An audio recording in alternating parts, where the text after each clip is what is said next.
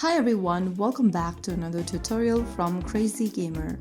Today in this video, I'm going to show you how to change your avatar in Destiny 2.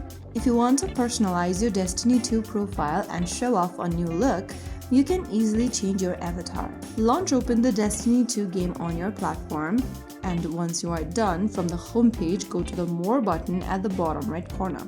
Once you're inside the More menu, go ahead and tap on Account Settings from the menu. Now click on Avatar at the top under Account Settings, and from here you will be able to see some pre-existing avatars you can choose from.